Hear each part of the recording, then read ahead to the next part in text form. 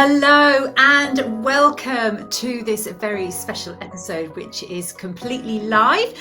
And for the first time ever, we are going live into LinkedIn and into the Unlock Your Hidden Confidence Facebook community group. So a very warm welcome to you wherever you are listening. And of course, if you're listening on the podcast on the normal Wednesday, hello to you, my very, very loyal listeners. I really do appreciate your support each week.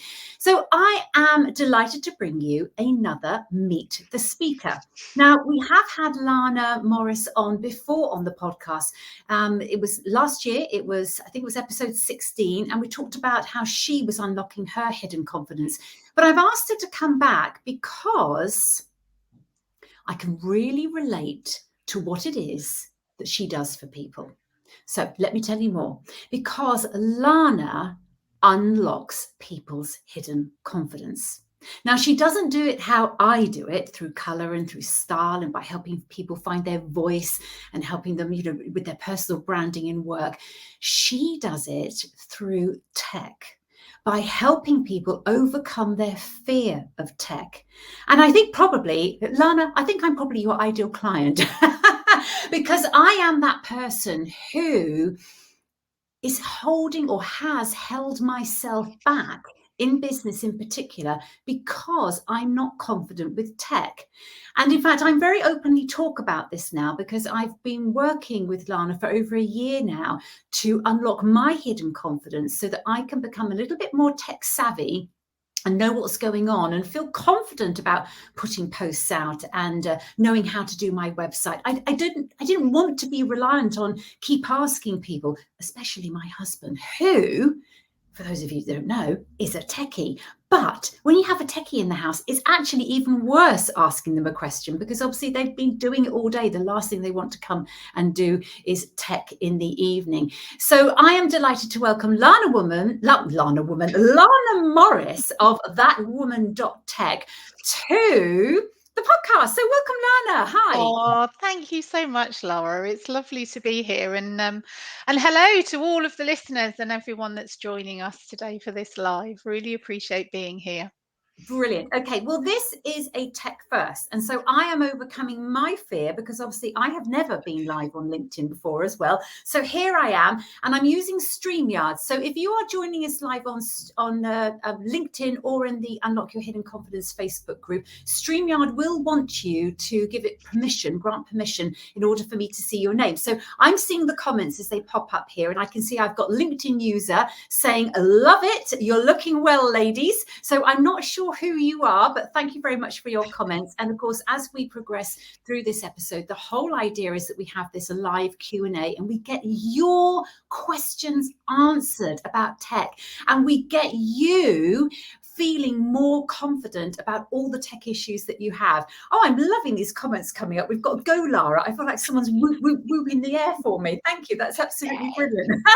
So let's have it, LinkedIn user. Let's have your questions about tech. In fact, let me know whether you're feeling confident about tech or not. So this is probably a good place to start, Lana, because obviously I've talked about my fear of tech and you know how hard I've been working to overcome it, and I could have quite easily procrastinated and not done a vodcast, which of course is video version of a podcast. But I'm coming up to my year anniversary with, this will be the 50th episode going out on 50th episode, Lana, the That's 50th amazing. episode going out on Wednesday, and I need to progress. I need to move forward, and I'm always talking on the podcast about evolving. We're always evolving. Life is like this learning journey. And I've really come to realize that I must embrace my learning of tech as well. So, Lana, how many people are there like me out there? Are there other people who are inhibiting their success or their growth in business because they are afraid of the tech? I would say there is a lot, or there are a lot of people out there that have fantastic ideas and creativity and want to implement that in their business, and then all of a sudden think, how do I do that? Because we are very much a digital nation now.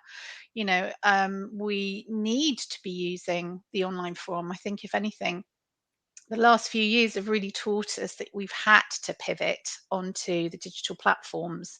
So whether you were tech averse before and thought, no, that internet stuff is not for me, I want to run my business, doing the things that I do face to face and all the rest of it. I think a lot of people got very caught short, especially the smaller businesses during the pandemic, because all of a sudden, we were physically not able to go and meet and greet people, and therefore we had to look at a mechanism to pivot business. So that's course brought a massive amount of learning needs up, because if you've never really engaged with tech before and all of a sudden you've got this huge array of all sorts of different tech to do different things for you, to help you show out your wares through a website, to help you teach and enable others to learn through online courses, through giving people tips and techniques and stories through podcasting and video.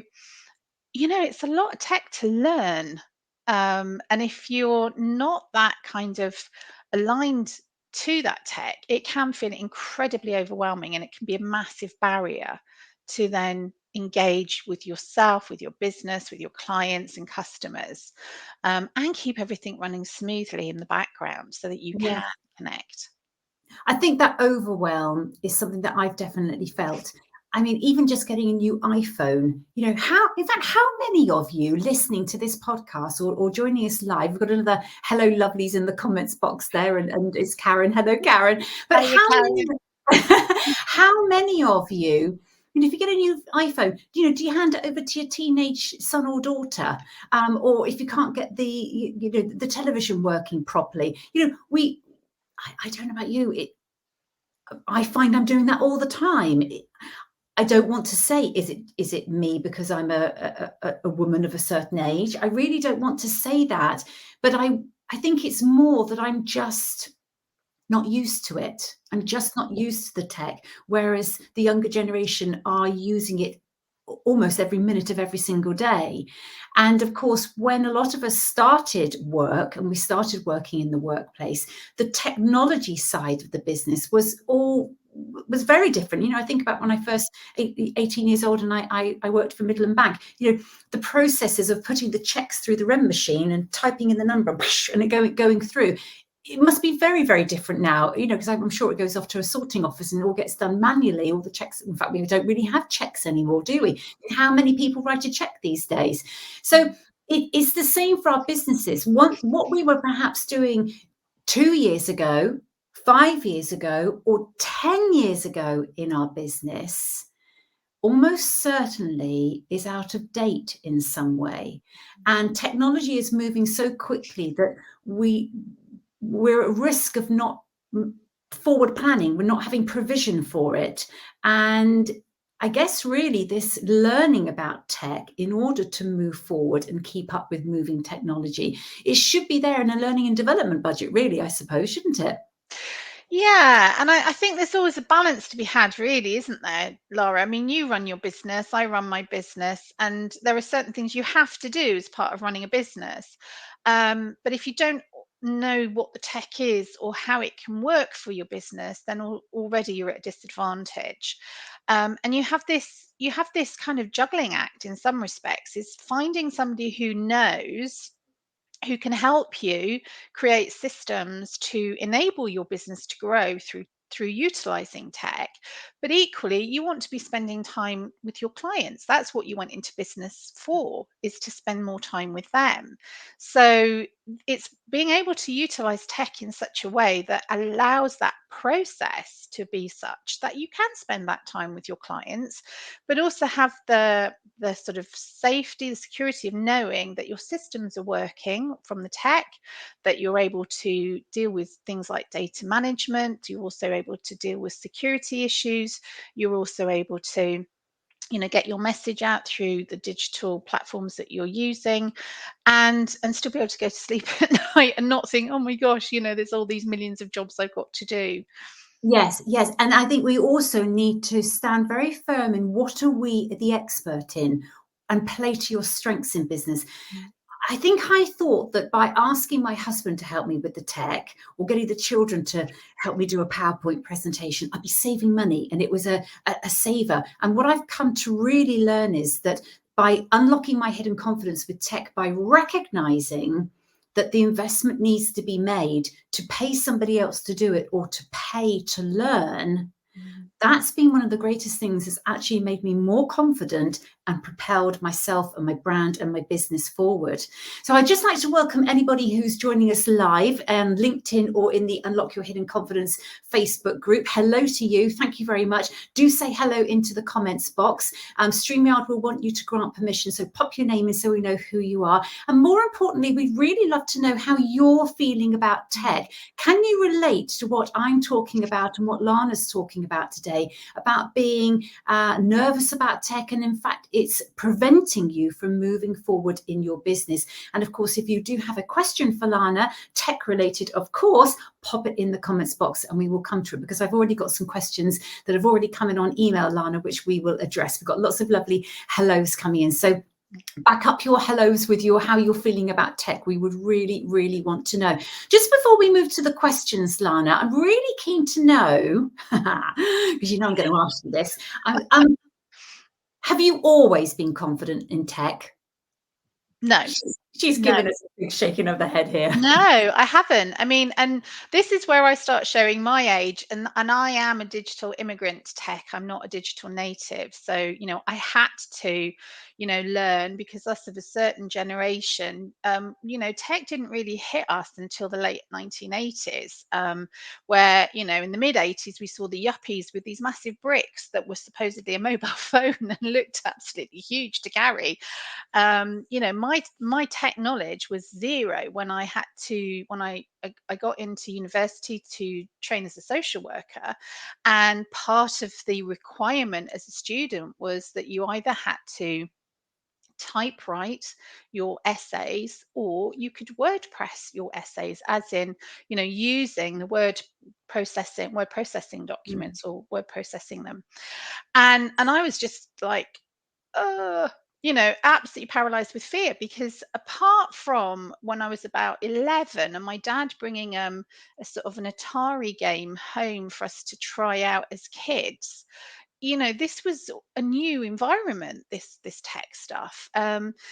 That also coincided having to get a computer to learn. And back then it was the old MS-DOS, which most of you, if you're listening, are probably far, far younger than me and will have no idea what I'm talking about. But you actually had to start it by putting a bit of code in to kickstart the Windows 3.1, I think it was then, and it was scary. Not only that, but I had to self-teach, because there was nobody around as a student looking to find out how to word process my documents. So it's very much trial and error. And we would all on the old dot matrix printers, where you had to kind of line up the little, you know, sort of things at the end of the thing to make sure that the printer paper was in, and it was, all very, scary, and they were massive bits of equipment as well. And I'll be honest, there was a couple of essays that I cried over because I lost, because I didn't understand how to save things. I didn't know how to. So the word processing aspect, I had to learn. And then it was, as computers obviously developed and became more sophisticated, yes, I was able to then catch up and then start looking at how to use tech. But even as far as 2012, when I'd left my former profession, my former life, and wanted to set up holistic therapy practice and offer online courses in 2012, I was like, I don't know how to do this. I don't know what tech I need. I know what I'd like to create, but I just don't know how to do that. And I was on a very, very tiny budget, because I was only just starting out after redundancy. And I didn't have people around me coming from, a higher education profession into a business environment where I could ask people, well, how do you get an online course up? How do you create your resources for your online course? I'd had the benefit of that within the university walls when I was working as Associate Dean for Learning and Teaching, and my responsibility was managing the Technology Enhanced Learning and Learning Support team. So we were very used to the university, and we'd say, can we have an instant chat in Moodle, which was the learning platform that the students were using, and bang, it would be done by the IT department. Whereas as a business, I'm like, I don't know how to do this. And so, yeah, it was a very, very big learning curve. Yeah. So, what prompted you, Lana, to start a business helping people? I say people, I'm going to ask whether they're more women than men. We'll come to that. But helping people, well, I guess it is unlocking their hidden confidence and overcoming their fear. Yeah, I mean, what prompted you to do that then? There were four reasons. The main one for me was I got confident around tech, and I'm pretty good, but there are things that I'm still learning and I get stuck with. So when am in that space, I will go and find somebody who has more knowledge and expertise as myself, either in forums or directly, or YouTube's or whatever it is out there, to try and sort of work out the solution to the problem that I'm experiencing. Um, and unfortunately, and I hate to say this because I don't mean to sound, condescending, provocative, or, whatever, but, I got some real condescending attitude from the guys in the tech industry. Whenever I asked a question, the response back was kind of really condescending and so simply stated, as if I didn't really, as if I was a bit of a fluff head and I didn't really understand what I was asking anyway. And then they'd immediately swoop in and offer to do it for loads of money. And I didn't actually know, well, uh, yeah, I don't know what's going on. I just felt that I wasn't being listened to. My inquiries weren't really being taken very seriously, and it was a kind of, oh, well, here's a willing victim, we'll just sort of exploit the opportunity. And that sounds awful because it's a very small number of guys that I'd had that experience with. And I also say I work with guys in tech, and they've been nothing but supportive and enthusiastic and encouraging and really, really helpful. But that was the kind of first key pivot that I actually felt quite miffed that, I'm not stupid, but I'd have just liked a little help. That wasn't there. So I did go off and find it for myself, and I eventually solved solved my problem, had that solution, and then thought, gosh, okay, that's one thing. What it did do is I'm very grateful and thankful to them, because that gave me the confidence to actually say, right, I think I can do this now. I know my stuff, and I know how to go and look for things. And if I don't know, I know how to go and find the solution to it. So I'm very grateful looking back that I had that kind of experience, because it gave me the impetus. The second thing is I love messing about with tech. Those of you that may have watched The Matrix, has anybody seen the recent Matrix? Love it, absolutely love it. It just took me back. But those of you who remember the Matrix film when it first came out, and we're talking, 20 or a lot of years ago, they had this amazing phone in there, and I don't know if you remember, he just sort of pressed the side and it slumped down, and it was just like, oh my god, I want that phone. I absolutely want that phone. And so that was my first journey, and then it was digital pens, because I was, in university, I was doing a lot of note writing, and I'm thinking, how can I speed this process up? So, there was me with the gadget. So that was another reason why I get excited. And when I built my first website, I was like, oh my God, this is so amazing. I was just like, ah. Some people get like that when they buy designer shoes. I get like that when I build a WordPress website. It's like, whoa, happy me. Don't worry about the Chanel or the Prada. Just give me a WordPress website and I'm a happy bunny. And then the other thing for me, sort of the third aspect, was I'd been, obviously I was going to networking, seeing a number of women at networking events. And whenever, I was talking about, the the business or stuff that they were doing in their business, and they were thinking about the tech side of it, you could see that they were kind of thinking, oh, I can't do that because I don't know how to do it. And I don't know how to ask, or I don't know what to ask in order to get what I want from the tech. And I kind of began recognizing that actually they were either just give it to somebody completely so I don't have to even worry about it, or it was more about how can I see if there are things that I can do with tech to enable my confidence, but it also have a kind of framework of support in the times that I might need to ask more questions, and work out, is what I'm finding and guessing from other people around tech, reasonable? Is it value for money? Does it do what it says on the tin? And so those are the kind of three real reasons. And I think the final one for me is that what I noticed over the years with learning tech is it's really given me the ability to increase and improve my confidence. And it spilled out into other areas. So, I wanted to be able to, look at how can I create a really great learning experience for people that come on the online courses, for example, utilizing the tech, but making sure that it's not the barrier to learning, that it just underlies and supports the learning process for people in such a way that the tech's just almost sort of secondary and it's not really in the picture.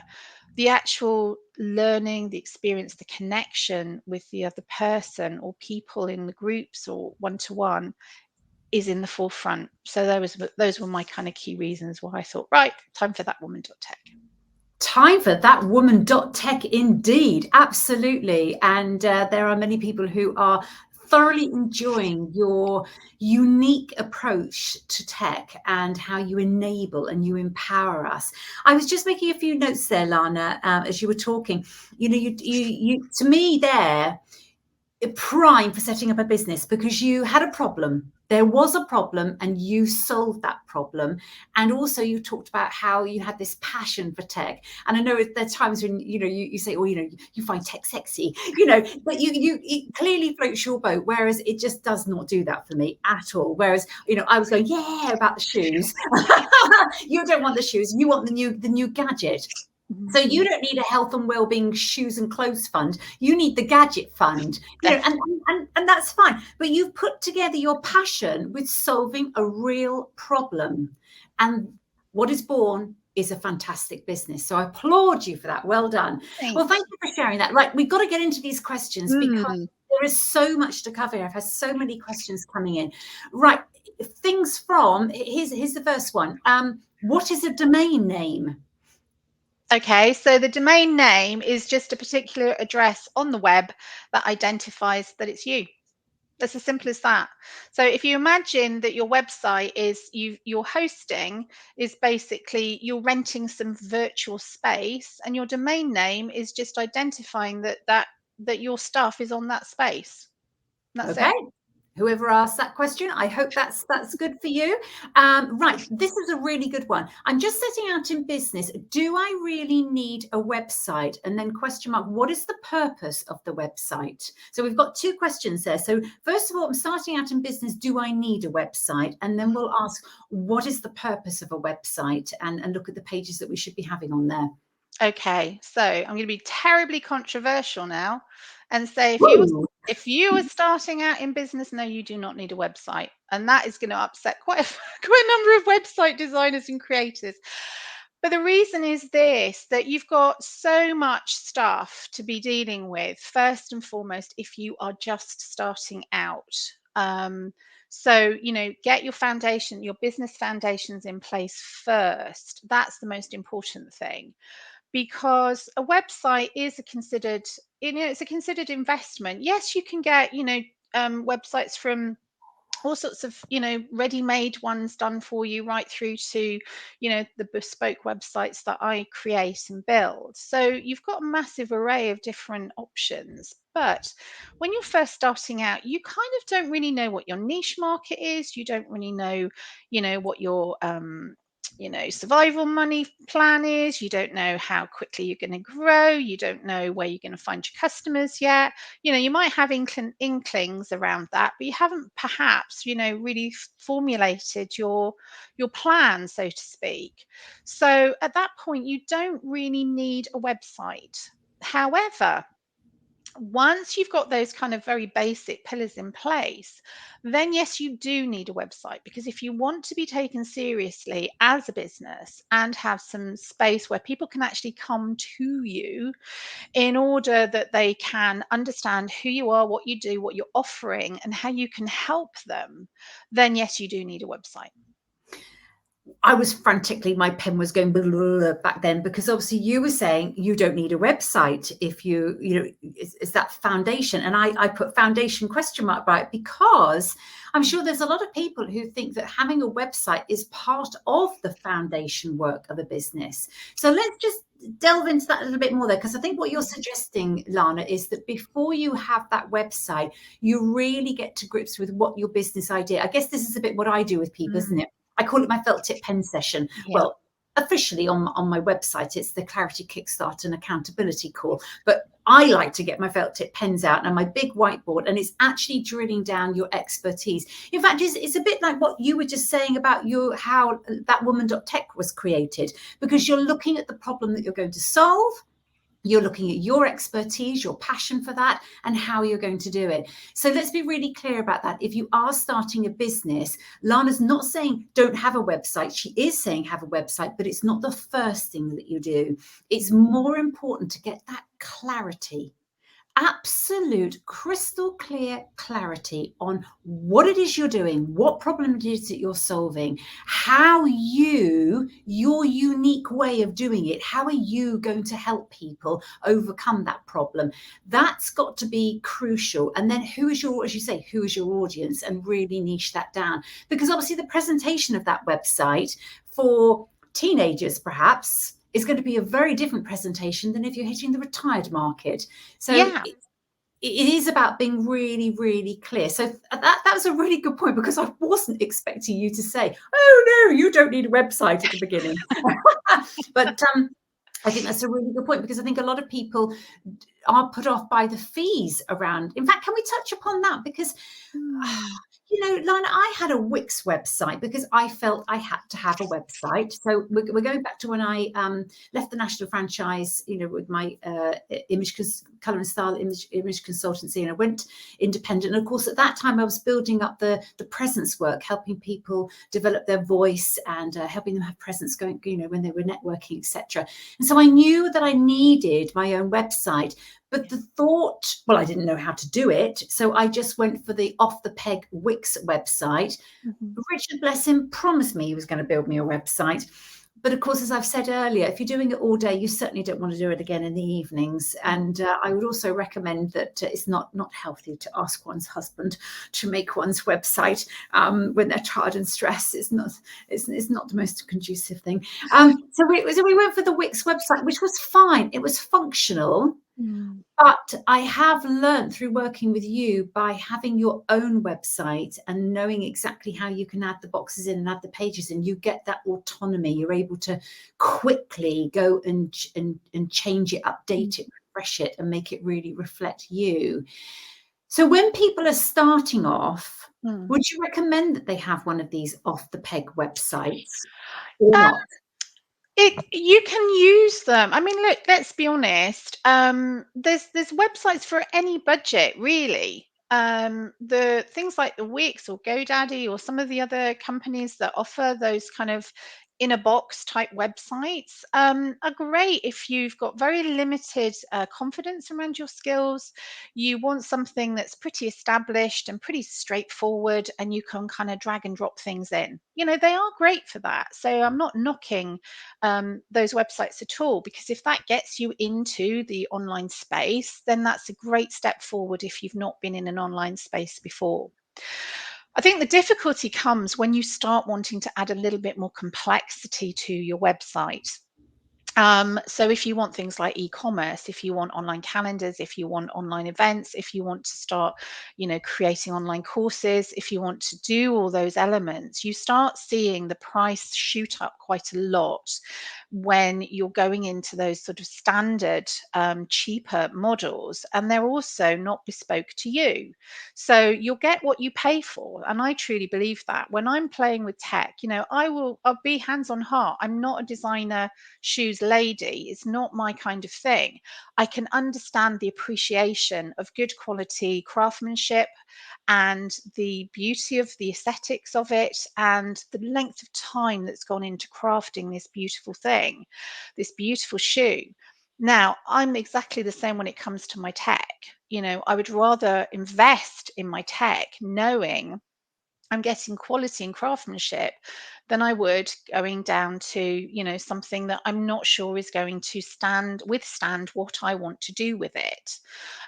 So, there's nothing wrong with starting out on those spaces, but part of the reason why I say from the outset, don't necessarily jump into a website is until you know who your market is, until you know who your clients are, bearing in mind that your website isn't there to be pretty, although design is important, it's actually there to convert clients and convert people to become your customer.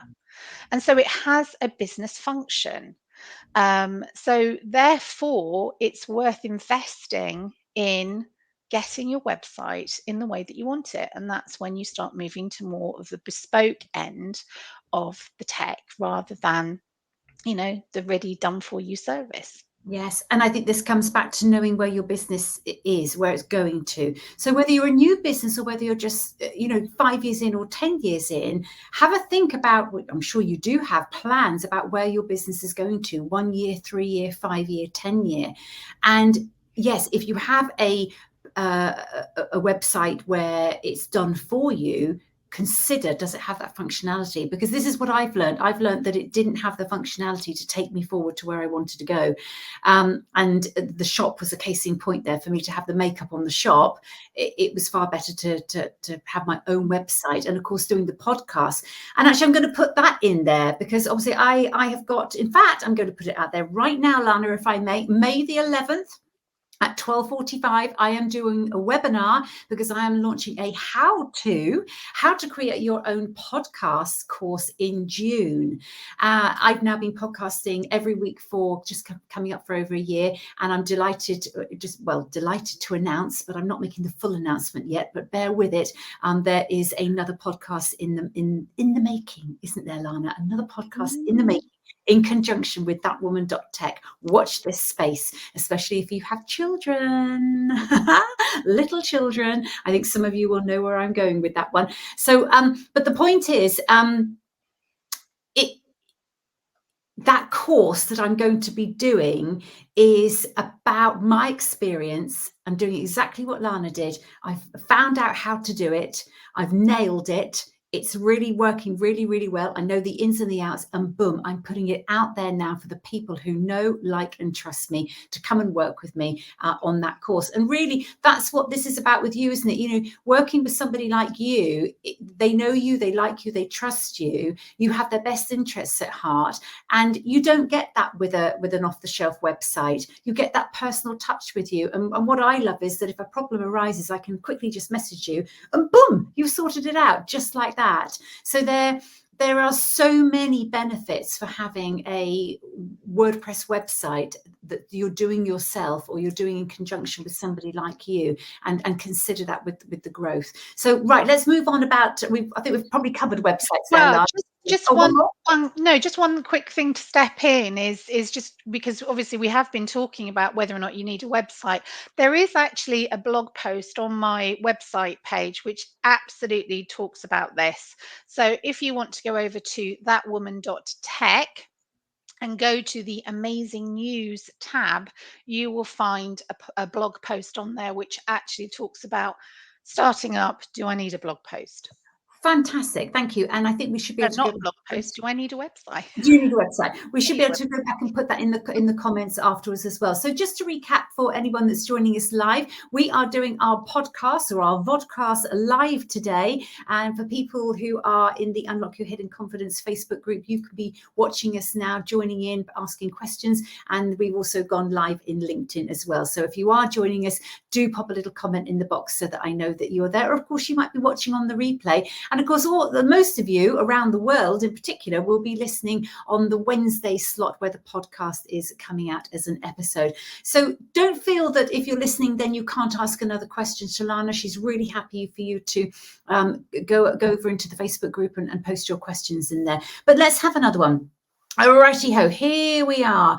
I feel overwhelmed and pressured by social media posts. How can I easily create these in advance? Oh, Lana, this is a really, really good question, because I've experienced that in the past, where you kind of feel a bit of a pressure with social media posts. You feel that you should be doing it, a bit like, should I have a website? I should be posting on social media. It's not something that I really enjoy doing it. And I hear people talk about batching, but I've never got into it. I've been that person that's, for an hour in the morning thinking, oh God, what can I write about today? And that's not a really healthy thing to be doing in business, is it? So could you just answer this question here? This lady feels overwhelmed and pressured by social media posts. How can I easily create them in advance? Right. So, well, there's two things here, and another controversial nugget. The first question is, how many social media platforms are you on? And actually, are you getting any traction from them in terms of your business? Because I think we've all kind of been fed the myth that you have to be everywhere, like this omnipresence around the whole of the world and on the web and in the matrix and whatever.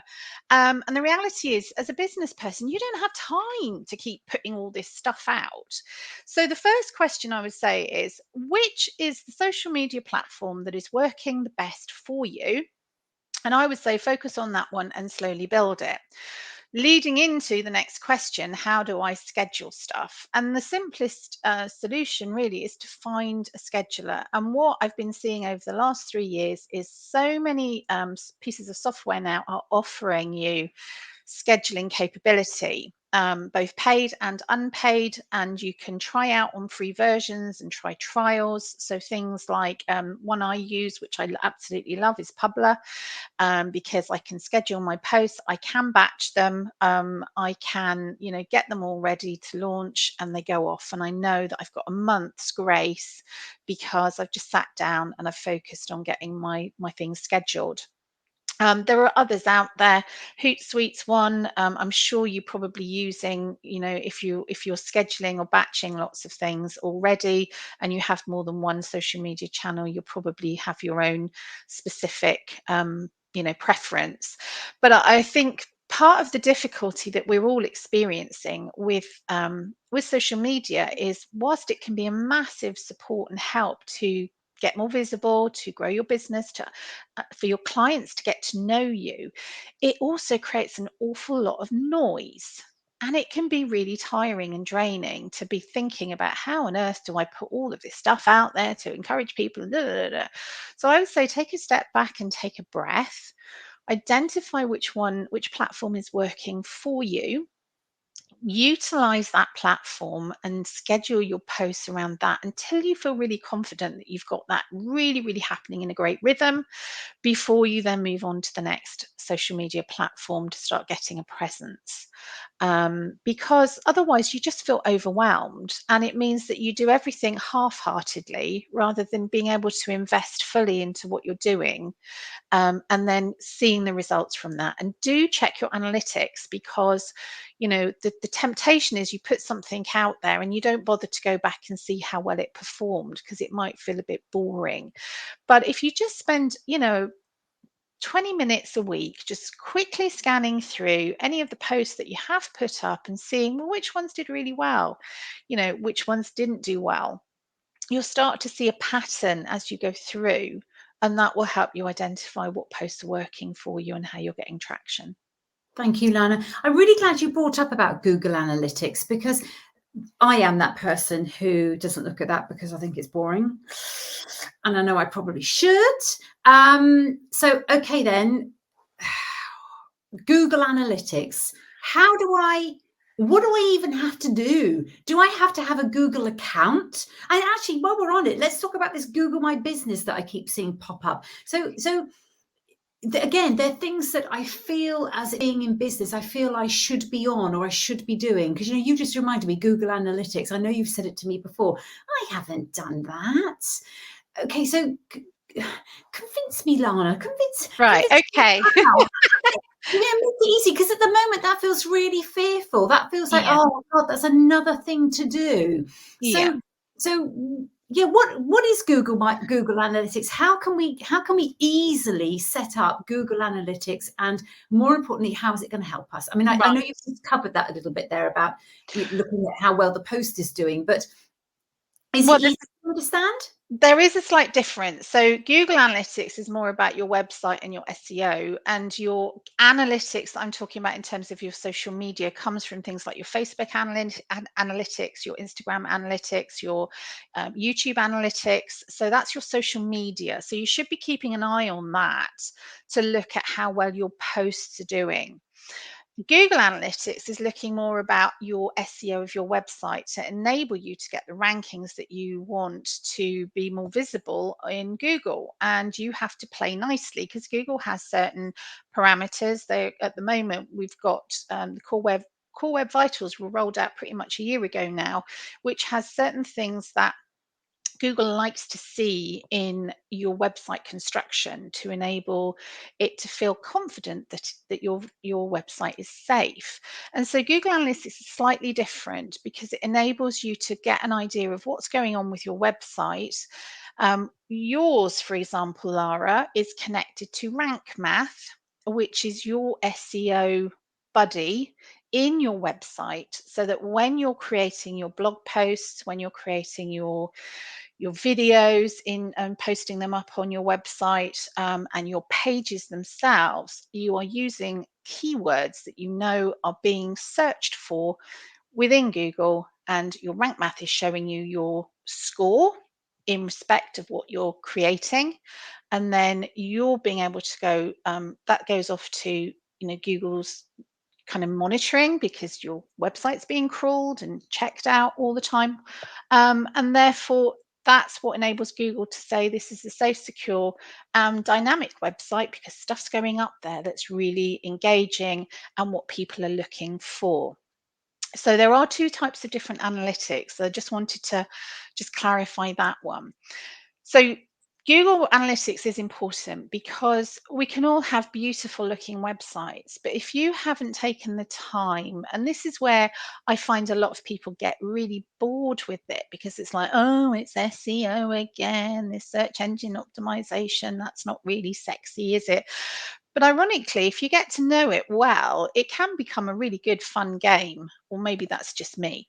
But you can start looking at, okay, well, what are these keywords? How does that relate to advertising if I use these keywords? Because if you're building what's known as organic traffic, that is stuff where you're not getting paid advertising out there. You're literally building through finding out what people want and how they want it, and then you're answering their questions or solving their problem to it.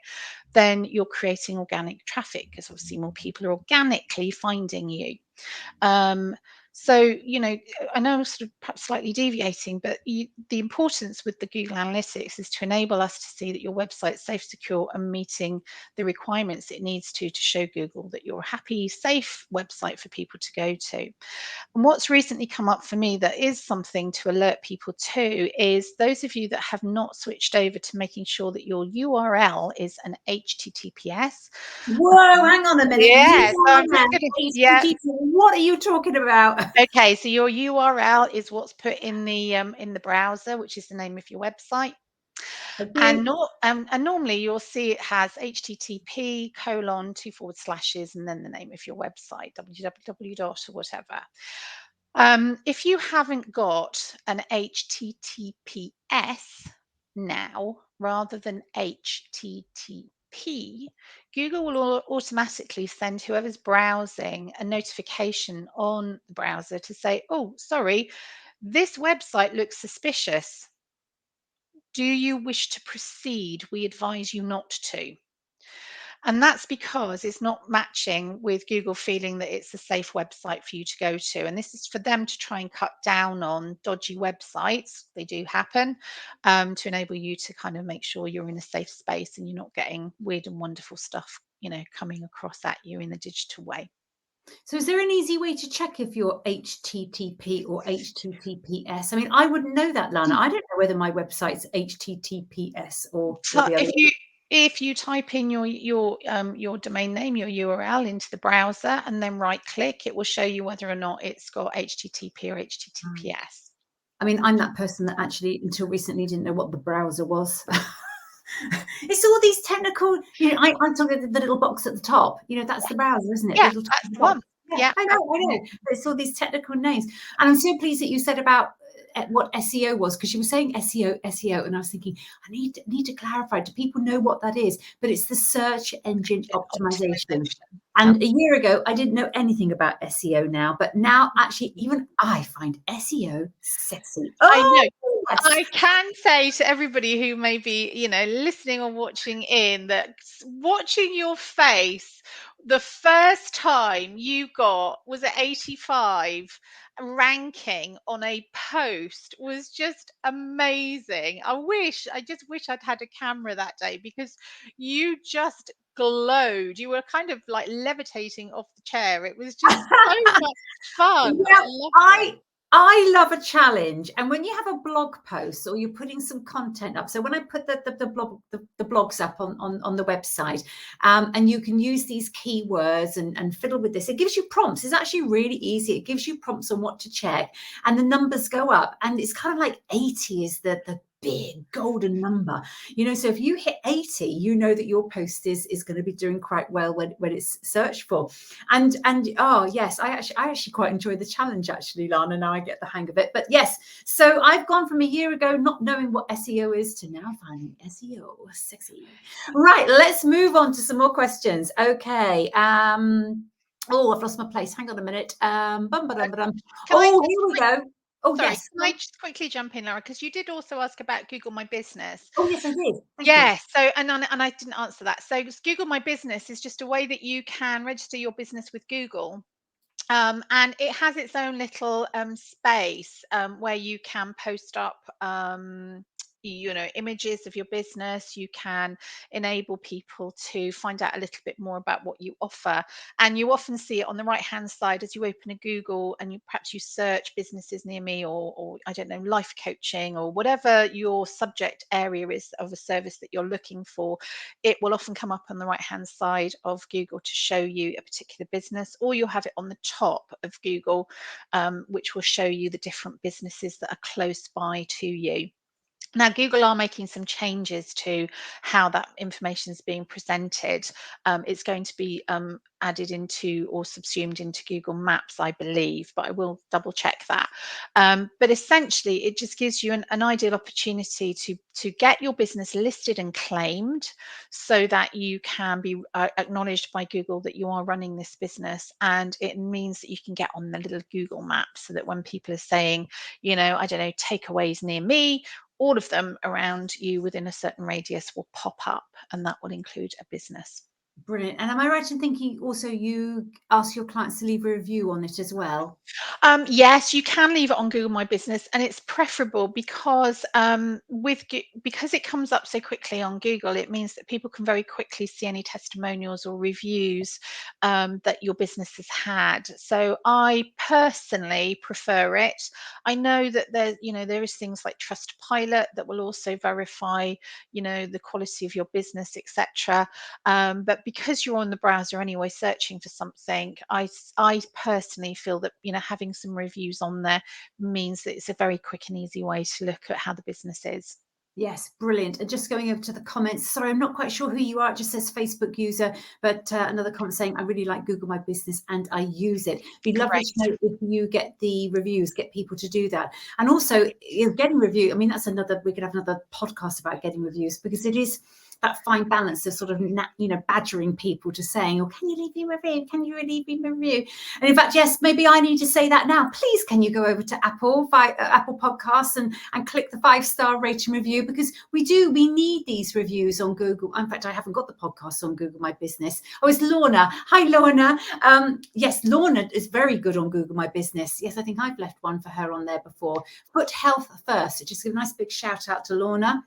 She has a superb online shop for orthotic footwear, and she has those wonderful chemical-free nail varnishes. So hop over to www.foothealthfirst.com. I think it's .com. And yes, so I know that she's really good at asking for reviews, but the reviews are important, aren't they? And yes, I do sort of ask people to go and do the podcast review, because I think it does help other people. What's it barking in the background? Yeah, I think the postman's arrived. Don't worry, we're live. It's okay. It's no problem at all. But these reviews are important. So if you can just spare a minute or two, pop over and do the podcast review or do the review on Google My Business. Okay, Lana. Yes, I've got one more question for you, because I'm conscious of time. We sort of need to wrap up a little bit, but there's so much that we could talk about. I wanted to ask you I was going to ask you about what people come to you for, but there is one here that I think we should touch upon, because it is your area of expertise. I want to create an online course next year for my business. How do I go about doing this? And I know there's a lot about online courses at the moment. Is it an easy thing to do? It's right. It is, provided you know the sort of steps and the framework, if you like. So you've got two elements here. You've got the content of your course and the resources, and how you wish to create those resources, whether it's video, audio, PDFs, group forums, discussion forums, that kind of stuff. So that's on the one side. And then you've got the tech to underpin and support that. So that's things like, where are you storing all of these wonderful resources? Are you going to use a learning platform that is a piece of software that is designed to help set a structure for you, so that you can put your resources in, and either have them in a sequence or in a space that people can access?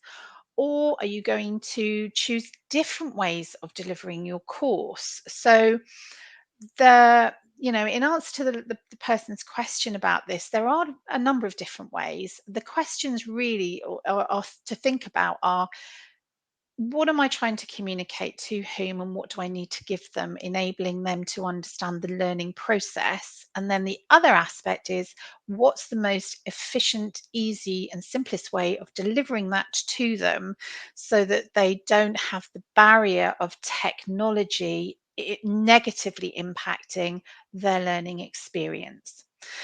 So really, when you're coming to talk about online courses, and interestingly, I had a situation very, very recently where a lovely course, by the sounds of it, is being taught around how to create online courses, but they're actually not including the stuff around the tech. So things like, we know video is absolutely imperative these days, both in delivering courses and on social media. We know the power of video.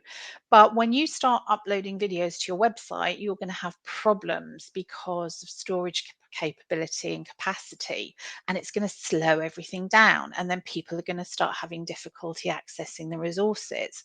So there are things like, where are you going to store this information, and how are you going to do it to make sure that it's safe, secure, and it's on demand when it's required? There's also things like, what's the security element around this? Are you doing it as a paid program, for example? So therefore, you want to make sure that the course is not accessible as a free if it's paid. So there's lots of different things to take into consideration there. I actually do run a how to create your online course, which encompasses both the content, because I've had 30 years in higher education where I was actually responsible for quality assuring programs from workshops through to PhD. I was writing courses from degree, foundation degree up to master's degree. So I know what needs to go in from a learning content perspective for you to feel confident that your student is going to go through. And the other aspect to it is when you think about the volume of online courses that we have on the internet, but how small the percentages of people that complete those online courses, that's concerning. And that concerns me because the whole purpose of this learning environment is to enable someone to succeed. And I think the worst feeling in the world is when you go and buy an online course, you start going through it, and then all of a sudden you realize you can't complete it for a number of different reasons. But then there's nothing to enable that process to success happen. So all that does is actually diminishes your confidence. So I like to see circumstance or the framework where both the learning is enabled and people get confidence from the actual learning of their content, as well as their confidence around how they navigate to get to that learning. So is it, when we say is it easy to do an online course, I think probably what we're saying is what is it you're trying to do? Yeah. And then make sure you're looking at, it's not just the content, it's looking at the security and the storage. I'm really glad you brought up about storage because I know your top recommendation is Aweber. Is Yeah. not Aweber, Amazon Yeah. Amazon Amazon, S3. it's Amazon AWS, so it's S3, yeah, storage. There are others out there. It's cloud-based storage, but it's secure, and you can create buckets, which means that without getting too technical. So I've got some of my online programs are used. People are getting them in the States or in Europe, and there are different buckets. So you can set up your regions to have your course delivered in those areas to prevent things like extended buffering of your videos, because you don't want somebody in America who's purchased your online course having problems accessing the video because actually they have to go to a server in Europe to get it. So that buffering then happens. So yes, know what you want your course for, know the content of it, and then start exploring what type of course do you want to offer. Is it going to be through a learning platform? Do you want to create it within your WordPress website? Do you want to do it as a plugin? Do you want to drip feed it through an email sequence? Do you want to have pages on your website that are just hidden and protected? So, that's the point at which it's always worth coming to have a conversation to look at how you want to deliver and to whom, and then what can be underpinned to support that course to happen. And this brings us back to where we started off about your confidence in tech and about recognizing your expertise. If your business isn't anything to do with tech, but you need tech as the vehicle to move you forward, just like you want people to come to you for your expertise, you go to them for their expertise. And I think these online courses are a case in point here, in storage and setting up your email list and doing a newsletter each week or each month. Go to somebody, well, I'm going to recommend Lana, aren't I? Because she's brilliant and I've used her services. But, go to somebody like Lana who is the expert in their field, because what will take you 3 hours to do, they will probably do in 30 minutes or an hour. And that's no jokes, isn't it? I know that I've struggled with a newsletter, for instance, and formatting it, hex codes and getting the colors right. And I've literally spent half a day on it. And somebody like Lana can actually just whip that off in half an hour or so, can't you? It's second nature to you. So it actually makes business sense, better business sense. So factor in that cost in your learning and training and development program for you either to learn or to outsource. And I think that's a great top tip. So Lana, sorry, Lana. Sorry, I just wanted to say something there. I would also say to anyone who's watching and listening is also don't be afraid to ask those questions. If you're kind of wondering what your price point is for your website, if somebody gives you a ballpark figure, don't be afraid to say, well, okay, what does that actually include? A great reputable website creator, website design developer or builder will provide a quote and will give you a proposal with an understanding of how long it's going to take them, what obviously what you want included in that build and how your time scales are. But then they'll also be able to say to you, well, this is what I'm going to need from you, because it is a two-way relationship. you know People come to me for their WordPress website builds, which I absolutely love to do, but it's not a case of I'm just throwing it over to that tech person over there, and then they'll just produce this beautiful, shiny, new website. It's actually a relationship. I need your copywriting. I need your images. I need to know where you want those placed. I need to know what font you want. I need to know what colors you want to use. I need to know what your branding is. I need to know what your marketing plan is, because I need to understand where you're positioning your website in order to convert those people to customers. So that enables me to have a real feel for what you're doing and enable you to springboard through to become more visible to your potential customers. Lovely. I can hear the quality. I can hear the quality in your work there, Lana. Brilliant. Lana, I just wanted to sort of, as we start to sort of wrap this up, think about our recommendations. And I'm going to put mine in here as well, because obviously, as I've described, I'm going through the journey of unlocking my hidden confidence with tech. So I thought we'd have a little bit of a ping pong with our recommendations for tech. Okay. So, I'm the girl that asked the silly question, what's a hex code? I was going to say a hashtag. I had to learn that as well. But what's a hex code? When I was looking at colours and things for the podcast and for branding. So the hex code is the number sequence that you have for your particular brand colours. And you'll see I've got that sort of deep purple that I have.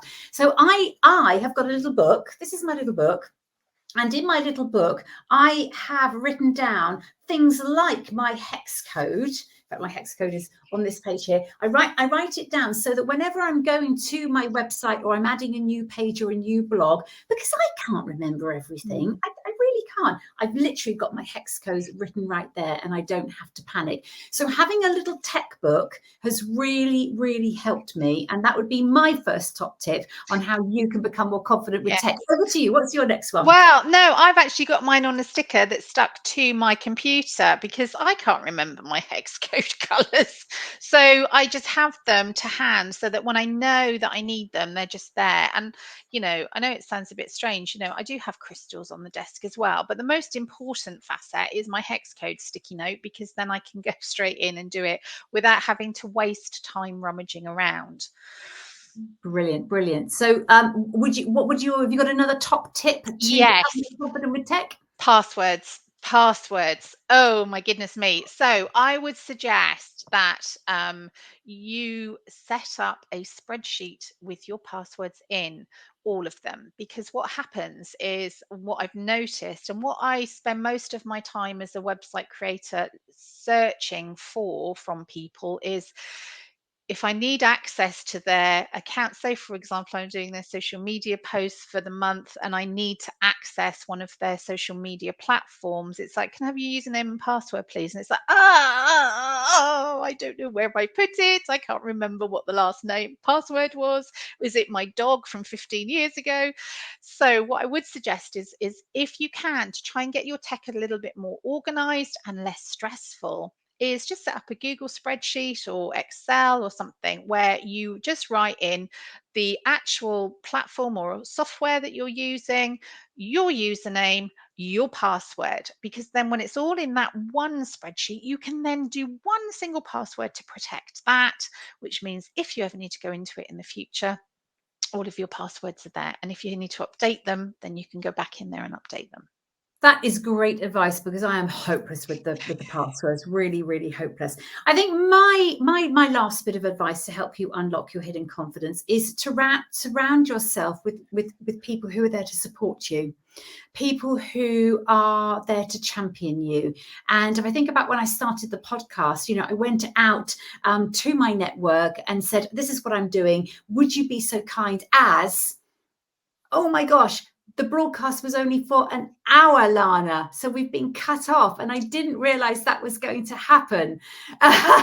So we've just been cut off in the group, which I don't quite know what to say about that, but we are still recording live. So we will chop this a little bit out. So I'm just going to go back and carry on. So I'll just leave it for a little pause. And I think, Lana, my next bit of advice would be about surrounding yourself with people who are going to champion you when you start something new. So when I started the podcast, I reached out to my network and said, this is what I was going to do. Can you support me? Because it is a fearful thing. It's about taking that first step. And I think that would be my biggest thing to help you unlock your hidden confidence and move forward with tech, is to have a go and have that group of people around you, or somebody like you, Lana, that person that you're your tech person. I like to call you my tech person, and they are there to support you. And that way it doesn't become so fearful. It doesn't seem so bad. So that would be my last tip. What about you, Lana? Anything else before we wrap up this lovely podcast? I think just to kind of almost reiterate that really is always remember with your tech, there is always a solution to the problem that you have. And it's just simply a case of discovering and uncovering it. Brilliant. Thank you so much for that. And of course, one thing I have learned during this podcast today, because this is the first time that we're doing it, is that StreamYard actually only lets you go live for an hour.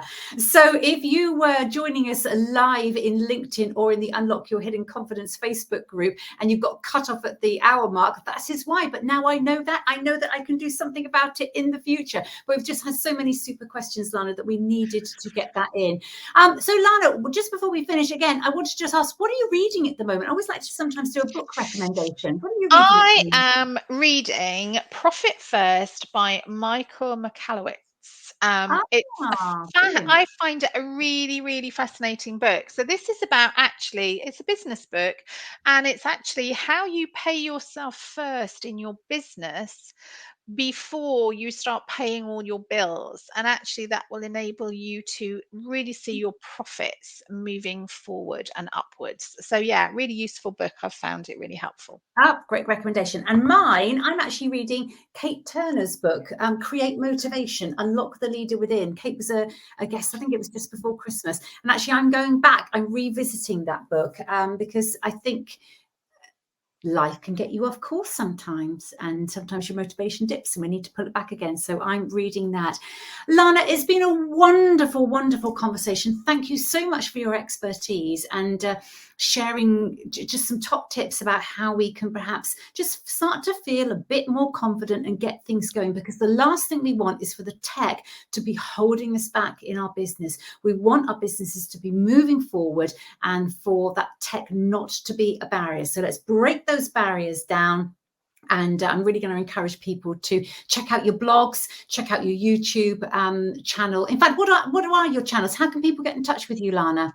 Just look for thatwoman.tech. Brilliant. And of course, you have got that lovely emoji up. So it's really nice to see you in the flesh. So Lana, what would your parting words of wisdom be for anyone who's afraid of tech and they know that they need to overcome some fears about perhaps going live or updating their website or starting an online course in order to move their business forward? Just take one next step and then come and talk to me.